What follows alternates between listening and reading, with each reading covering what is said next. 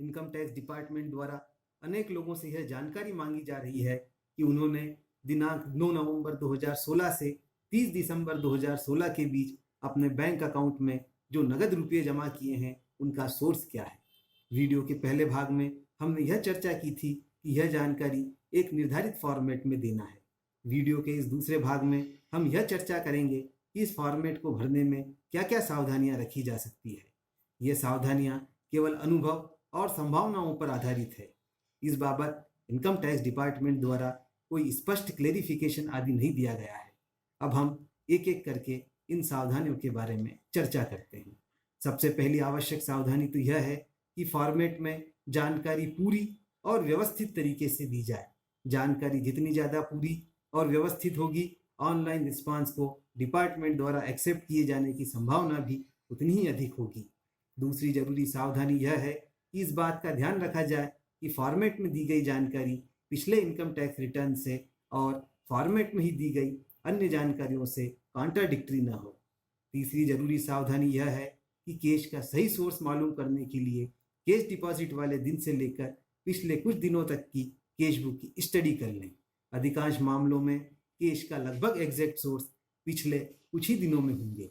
इससे बगैर ज़्यादा मेहनत के भी लगभग एग्जैक्ट और सही जवाब दिया जा सकेगा, जिससे कि यदि बाद में कोई ज़रूरत भी पड़ी तो बड़ी आसानी से इनकम टैक्स डिपार्टमेंट को कैश बुक से वेरिफिकेशन करवाया जा सकेगा।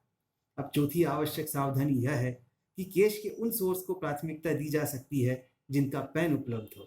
इनकम टैक्स की प्रोसीडिंग्स में प्रैक्टिकली यह देखा गया है कि जिन सोर्स का पैन उपलब्ध हो उन्हें बगैर पैन के सोर्स आदि के मुकाबले ज़्यादा वेटेज दिया जाता है। ध्यान रहे कि पैन गलत ना हो। गलत पैन डिपार्टमेंट की पकड़ में तुरंत आ जाएगा और आपके पूरे जवाब की सैंक्टिटी नहीं बचेगी। यह भी ध्यान रहे कि पैन सहित जो जानकारी दी जा रही है वह पूरी तरह सही और सामने वाली पार्टी से वेरीफाइड हो, क्योंकि यह भी एक संभावना है कि डिपार्टमेंट द्वारा आपके द्वारा बताए गए पेन होल्डर से आपके द्वारा दी गई जानकारी क्रॉस वेरीफाई कर ली जाए।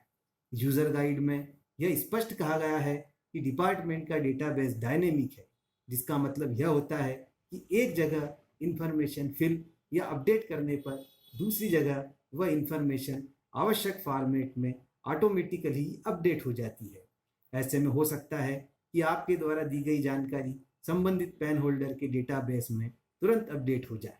अब पांचवी आवश्यक सावधानी यह है कि यदि बैंक में कैश डिपॉजिट के पहले बैंक से ही कभी कैश विड्रॉल किया हो और वह कंज्यूम नहीं हुआ हो तो उसे भी प्रायोरिटी दी जा सकती है, क्योंकि ज़रूरत पड़ने पर कैश का ऐसा सोर्स आसानी से वेरीफाई हो सकता है। अब छठी आवश्यक सावधानी यह है कि यदि सोर्स के रूप में लोन रिसीव्ड इन कैश बताया गया हो तो यह ध्यान रखा जाए कि कहीं कैश लोन की प्रति व्यक्ति रुपये 20,000 की 269 एसएस की सीमा का उल्लंघन ना हो जाए, अन्यथा बाद में संबंधित पेनल्टी का सामना करना पड़ सकता है। साथ ही यह भी इंश्योर कर लें कि यदि बाद में डिपार्टमेंट द्वारा लोन देने वाले से क्रॉस वेरिफिकेशन किया जाए तो वह पॉजिटिवली मय एविडेंस के कन्फर्म हो जाए।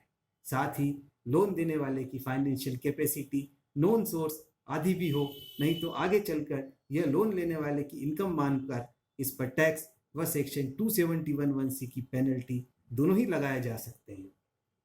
अब सातवीं आवश्यक सावधानी यह है कि यदि अपने ही द्वारा पहले दिए गए लोन की रिकवरी हो रही हो तो यह इंश्योर कर लें कि रीपेमेंट करने वाले बारोवर के केस में कहीं सेक्शन 269(t) का वायोलेशन तो नहीं हो रहा है, क्योंकि अक्सर रियल लाइफ में प्रैक्टिकली यह देखा गया है कि बाद में जब वायोलेशन का पता चलता है तो बारोवर द्वारा अपनी बुक्स में कैश में लोन का रीपेमेंट दिखाया ही नहीं जाता है, और ऐसे में यह रिस्क रहती है कि जो कैश रिसीव किया गया है उसे लेंडर के हैंड्स में सेक्शन 68 के तहत कैश क्रेडिट यानी कि इनकम मानकर फुल रेट से टैक्स व साथ ही सेक्शन 271(1)(c की पेनल्टी लगाई जा सकती है।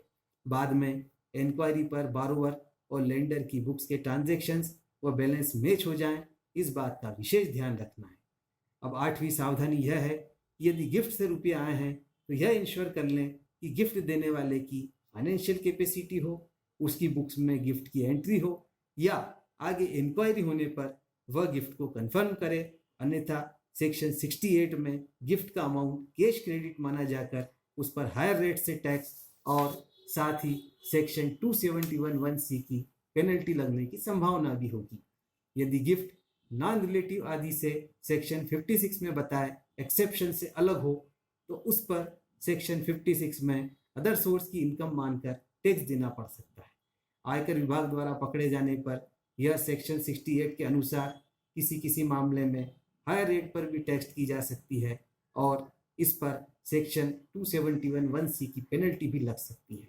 अब सेक्शन 68 लगेगी या सेक्शन 56, यह केस के फैक्ट्स पर निर्भर करेगा। अनआइडेंटिफाइड सोर्स से केवल कैश सेल के अलावा कोई भी अन्य रिसिप्ट जैसे लोन, लोन रिकवरी, गिफ्ट आदि आए हैं तो उन पर सीधे सीधे तौर पर सेक्शन 68 अट्रैक्ट होने की संभावना रहेगी।